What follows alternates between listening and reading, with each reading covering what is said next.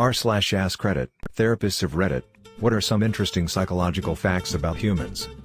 Something I've discovered as a nurse during my time in the NICU. If someone is upset, either angry, sad, worried, whatever, telling them it's okay to feel that way calms them down way more than anything else you can say. Validate their feelings, don't try to tell them how it could be worse, never use the phrase at least followed by anything. Tell them it's okay to feel whatever they're feeling. This is so much better than telling someone you shouldn't be angry, upset, etc., because all that does is make them feel defensive or guilty for having those emotions. It doesn't make anyone think, wow, you're right, I'm gonna go be happy now. The frontal cortex is still developing until we are 25 years old. The frontal cortex is also responsible for our willpower and decisions made based on our long-term pleasure. Do you know a correlation? I think this makes sense. I'm 24, and up until relatively recently I've always been really impulsive with my spending. Recently though I've noticed that if I spend a more significant amount on something I regret it much more readily, and it's like I have a threshold in my mind for how much I can justify spending at a given time. I wonder if this has more to do with me gaining life experience or my brain maturing? Anecdotally, I notice a huge difference between people in their early 20s and those in their late 20s. Once people reach their late 20s, they don't seem to change as much unless a major event happens in their lives. There's a reason most of us are dumbasses until we hit 26. I mean, no offense young people, I was king of the idiots until I hit 26. I made some horrible decisions back in those days, but once I turned 26, it was like my logic circuits kicked in and I started evaluating the consequences of my actions. A drug dealer's sales go through the roof if word gets out one of his customers overdosed. It's the craziest thing I know about addiction. Our subconscious doesn't know the difference between our heart racing out of attraction versus fear. So basically, if you're going on a first date with someone you really like, then ride some roller coasters with them and they will find you more attractive.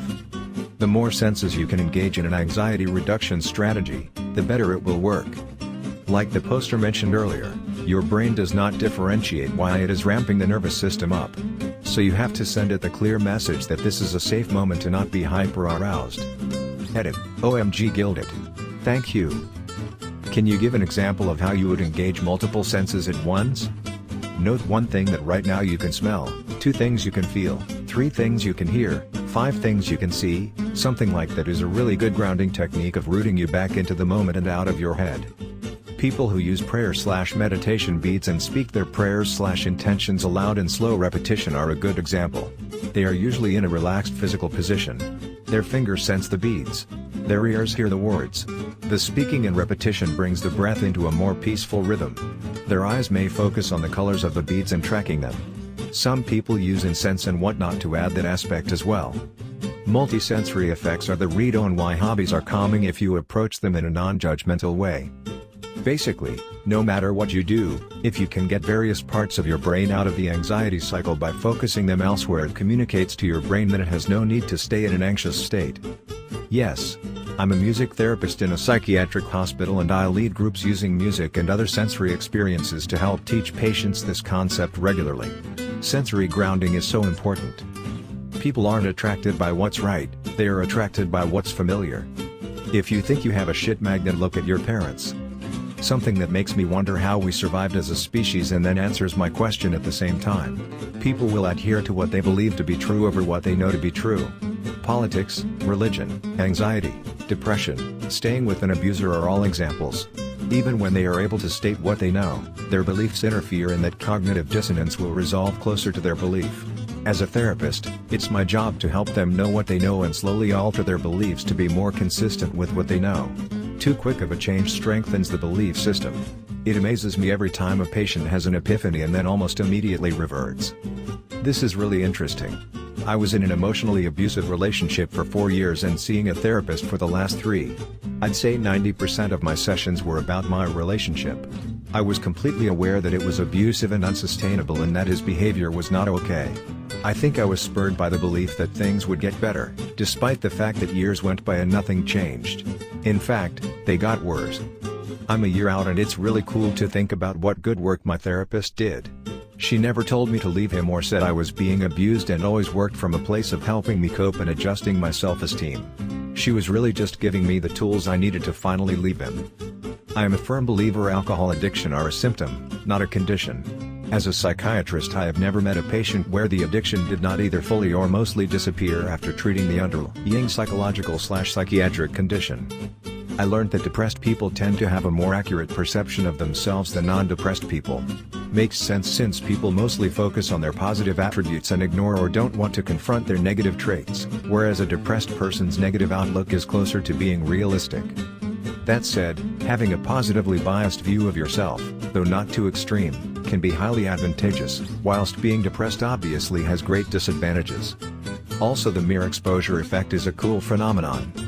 There is a fairly common misconception that people in severe depressive states are the most likely to commit suicide.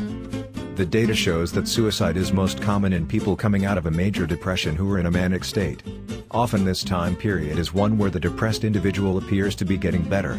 I want more people to know this so they can catch the red flags many people miss when a friend or family member kills themselves. Edit. For clarity, I want to say I'm not a therapist, but a rehabilitation specialist for people with various mental disabilities and mental illnesses. There is a lot of crossover in the specialties and knowledge required, though. Edit. This is not to suggest these are people who are relieved because they made the conscious decision to kill themselves. That is not always the case.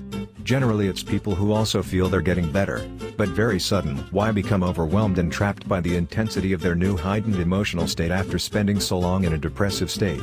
Sure, some people plan their suicides out, but you will find most of the time it was a very sudden and impulsive decision made by people who feel they're cornered and out of options. Motivational interviewing exists for a reason. I constantly run across comments on Reddit that say things like, if your therapist isn't telling you to get out of this relationship now, then you need a new therapist. But humans have a tendency to dig their heels in when told to do something they feel ambivalent about. There are ways to help people realize what's going to be best for them that don't involve giving straight advice. In fact, I'd say giving straight advice can be one of the least effective methods for a lot of people/issues. And these people in our office probably have a dozen friends already giving them that advice, and they're still not acting on it. I'm a clinical psychologist. Your sadness has different symptoms depending on the trigger. Getting broken up with or losing a loved one often manifests as crying/seeking social support. Pursuing a goal and failing at achieving it can cause reclusive behavior, feeling very tired, wanting to be alone, in theory to stop you from endeavoring on another fruitless mission. Your eyes can actually see your nose, and it would take up more of the corners of your vision had your brain not trained itself to ignore it. Basically, your brain learns to filter out information it finds not useful.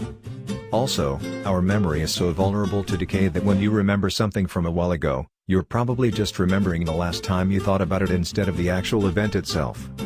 Not a therapist, but drug use is strongly linked to conditioning. Yes, that shit Pavlov, Watson, and Skinner did. Many addicts or drug users have a ritual. Over time, their bodies get used to this ritual, which forms an association in their brain. Due to this, in order to maintain homeostasis, their body will pre-respond to a drug. Many overdoses occur with the user taking a normal dose, just in a different setting, with different people, etc. There was a case study of 3 heroin addicts. I can't remember the other 2, but this one lady usually missed her vein 2 or 3 times before she got it in, which became her ritual. She OD'd on a dose she had taken many times before, because she got it in on the first try.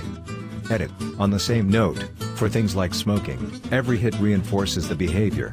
A smoker will hit a cigarette or whatever thousands and thousands of times in their lifetime, which is part of what makes it so hard to quit.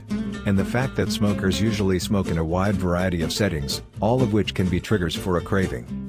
Edit 2. This concept of pre-responding applies to other areas too. In a study of female cancer patients decades after remission, their immune systems still lowered when entering a hospital, where they would have gotten used to getting chemo. Not a therapist, but having worked in mental health.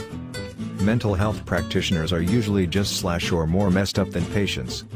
A psychiatric nurse told me this when I did work experience. People who have had broken lives / families usually go into psychology as a way of understanding the bad crap that happened.